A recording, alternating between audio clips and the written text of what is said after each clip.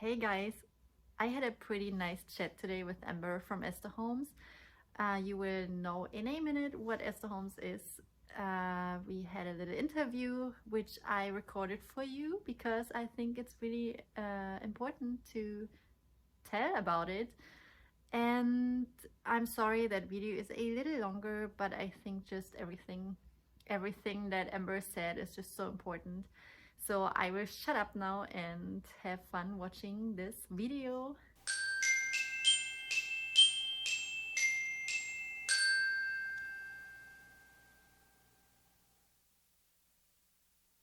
I'm too tall. You should have like outtakes and stuff. Yeah. Hi! Do you want to switch and see if you like it better? I should have thought that right through. Hi! I am one of the co-founders of Esther Homes. I'm now the executive director. Esther Homes is a maternity home for women who are facing homelessness or crisis. We live with them. We want to offer them social supports and resources and referrals as they're moving towards family stability. We've been around since 2015. We started the organization July 11th, 2015. So we've been going for 7.5 years now. Opened a second location in 2018 that we did end up closing in 2020 due to a lot of prayer and a lot of other reasons. What did you say what the target group is already? The target group is women 18 and over who are pregnant and they're facing homelessness or crisis. And crisis can be a multitude of things. It can be trauma, abuse, again, homelessness, and whatever you want to say is crisis in your life, then we want to meet that person where they're at. We've served 11 women. We've had, I've got to think through how many babies we've had born. 1, 2, 3, 4, 5, 6, 7, 8, 9, 10, 11 babies born. So 11 families, 11 babies, and 1, 2, 3, 7 kids that we've served and done life with. You have 2 beds at the moment, right? Currently, our St. Paul location, which is our only location at this point in time, has 2 bedrooms. We are in the middle of doing a renovation project that will allow us to have 4 rooms available to the family and the women we come alongside, and they can stay up to 2 years from point of move-in, because we really want to make sure that when they leave they are ready, and sometimes that takes longer than just a few months or a few days. That makes sense. Yeah. Absolutely. And I guess on average I would say our families are staying about 13 months. So they'll move in somewhere during pregnancy, and they'll stay through postpartum and through a good chunk of their first year of their child's life. Tell me, why did you decide to do this ministry?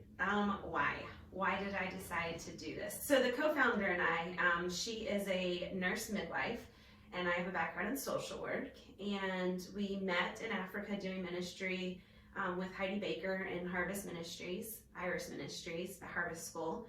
And we came back and we knew we wanted to do life on life with people, in a sense of really just coming alongside at wherever they are in their life and loving them and supporting them in their day-to-day. And she had a heart for women who were pregnant in that vulnerable season of life, and I had a heart for kids coming up in the next generation, or kids who might be on the outskirts of society. And so when we came back from Africa as friends, we knew that we had the resources to rent a space larger than what we needed, and just be roommates with these women. And so we just started this organization, and we wanted to partner with these women during their pregnancy and as they were becoming mothers and like finding out who they are as women. And so we had no idea if this was even a need in our community, and so we started meeting with pregnancy resource centers, we started meeting with homeless shelters, anybody who was working with like pregnant youth or adults, and said, hey, we have this crazy idea. We feel there's a gap in services in our community and shelter for pregnant women. Is this a need, and would this be something our community needed? And they said, oh my gosh, yes, this is an amazing idea. You girls are crazy. Good luck. kind of thing. You want to create a home with pregnant women who have trauma and crisis and hormones, go for it. And we went for it, and here we are 8 years later, and it's a beautiful, chaotic mess. We have watched these women experience healing and wholeness. We've watched them achieve goals. We've watched hardship and heartbreak through their journey of goal setting and becoming moms and their community and their families. But we're here for it all. This is our Esther tree. It's what we call it. On it is verses and promises that we felt like the Lord gave us in the journey of starting the home. And so on those hard days, or those days when we want to just like yank our hair out and run away, or it's just really hard and we're like, I can't keep going, this is just a good reminder to have in our home that He's with us. He gave us this vision and mission, and as long as we press into Him, we can keep going. So living with women, how Yeah. does this look like every day? Every day is a little different. It's funny, even today was a little chaotic. I messed up our dates, even with meeting with Dory, and as she's so gracious to me and patient with me. For those of you who are watching, today's election day, and so our mom decided she wanted to vote, and we wanted to make sure that we could help and assist with that. So it kind of jolted the day, but we just partnered with her. Some days it looks like sitting and goal setting with mom. Sometimes it looks like administrative work. Sometimes it looks like fundraising. Sometimes it looks like postpartum work, or just sitting and holding a baby for an hour or two so mom can sleep or fold clothes or just go for a walk. Some days it looks like working with interns or even taking time to talk to YWAM students. Some days it looks like going to conferences and presenting on maternity homes and what the work that we do, talking to churches. So every day is a little different. It's not a typical 9-to-5 job at all. It's beautiful. It's a beautiful, chaotic mess of just lives colliding and championing each other to move forward and showing up every single day. I can imagine. Yeah. Well, you have experience too, so you kind of know that. Yeah, but every day. you live closer together with them. Oh, I okay. had my own apartment. Oh, well, I'm gonna have my own room. Yeah. We share meals together, we play games, we watch movies, we celebrate holidays.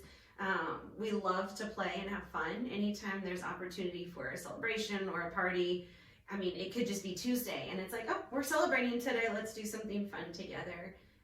We've learned that in the midst of chaos and trauma and hurt, that laughing and playing and fun is such a key for healing, that is even sometimes more valuable and more, I would say, hopeful, like hope-filled, or even more than sitting in a counseling session. And so we try to bring as much joy to this space that sometimes feels heavy and hopeless, as these women are trying to stand on their own 2 feet and seek what's next for them, or seek healing from their own stories and in their own lives. And that gives them a feeling of family, Mm-hmm. how healthy family life Yep, is. family and community, and not just another program. We really wanted this space to be safe, and we really wanted it to be filled with hope and joy and love, without as much expectation as we could muster up as humans. And so that we wanted it to be a space where they could finally just sit and rest, and then let whatever surfaces, even if it's messy or hard, we want to wrestle with them in that, and we want to walk with them through that, and we want them to know that we love them even if we disagree with certain things. We see their essence of their humanness, and that's what we want to show up for. And we remind them every day that God loves them, and that this is why we exist, is because He loves them way more than we ever could. Amen. So how many applications do you usually get, and is there a wait list? Yeah, so pre-COVID, things were a lot different. The need is still great, it's just changed in a lot of ways. So pre-COVID, we were getting 1 to 5 applications every probably 10 days. And so we were kind of on a wait list. Again, because our families can stay 2 years, it's kind of hard to determine when we'll have an open space for a new family. And so we just started putting people on wait list.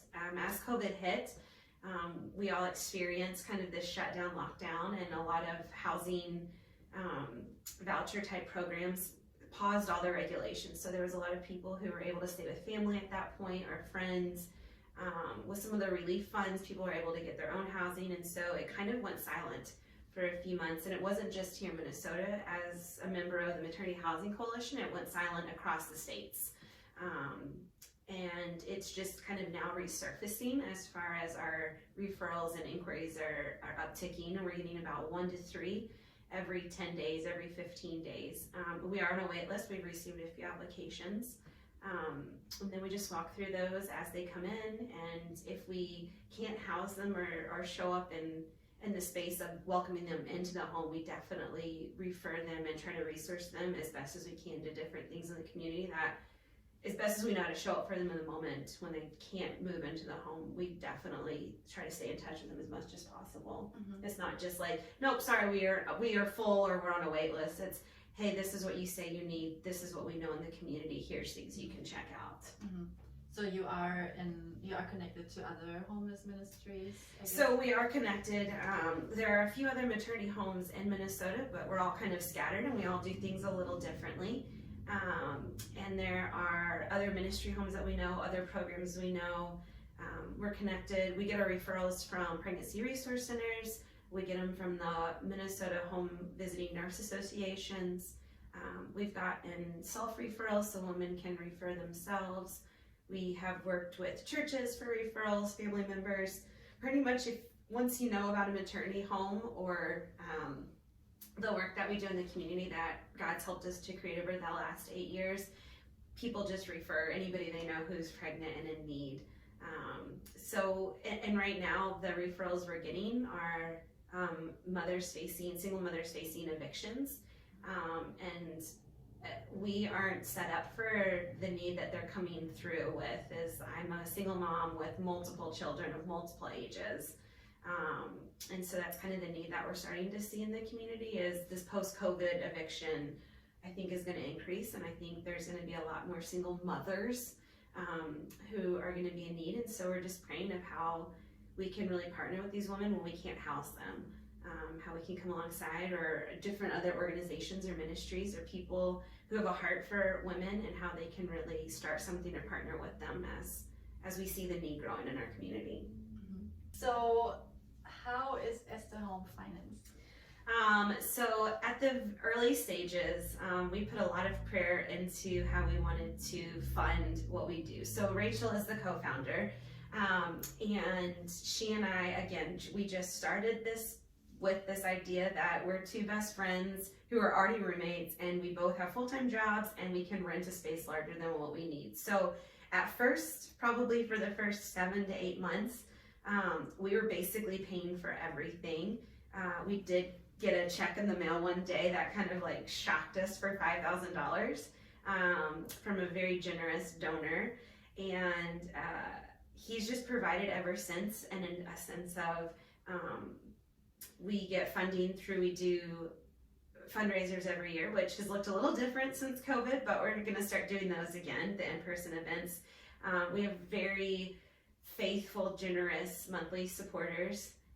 We decided early on that we didn't want to take any government funding because there are a lot of rules and regulations around how you can show up for the person in front of you and who you can take and when you can take them.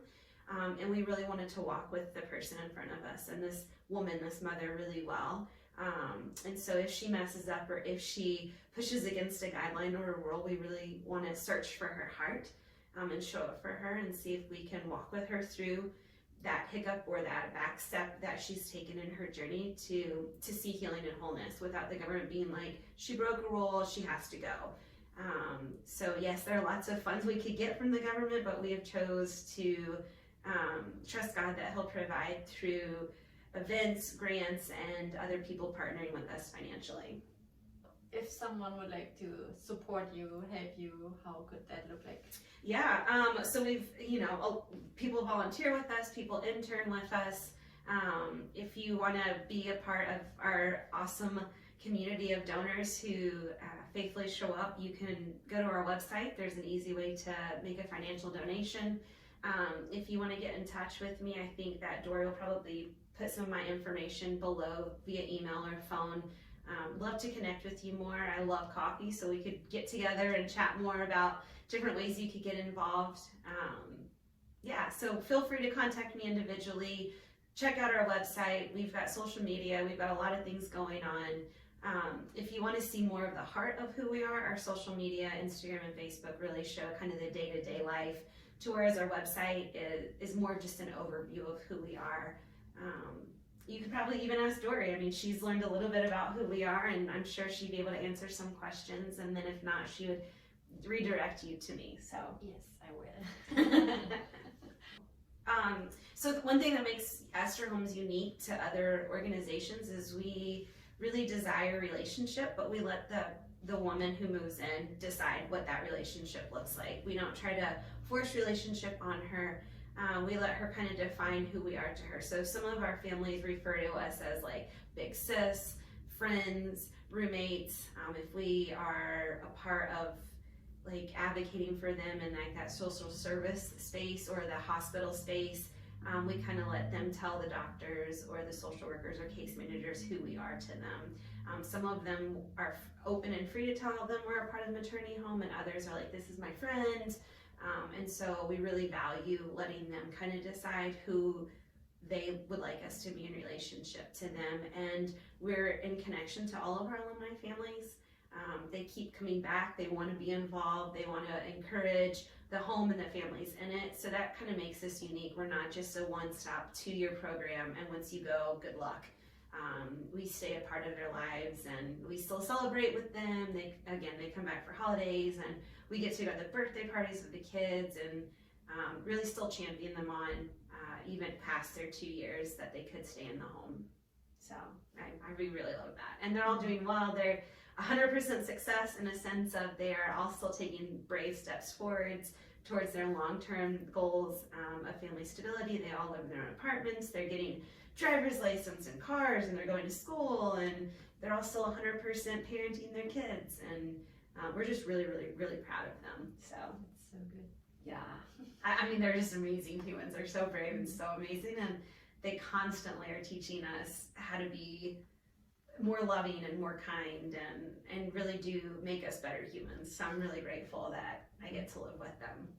Yeah, thank you so much for giving people like an overview. Yeah, It's awesome what you're doing here. thank you very much. It's so inspiring for me.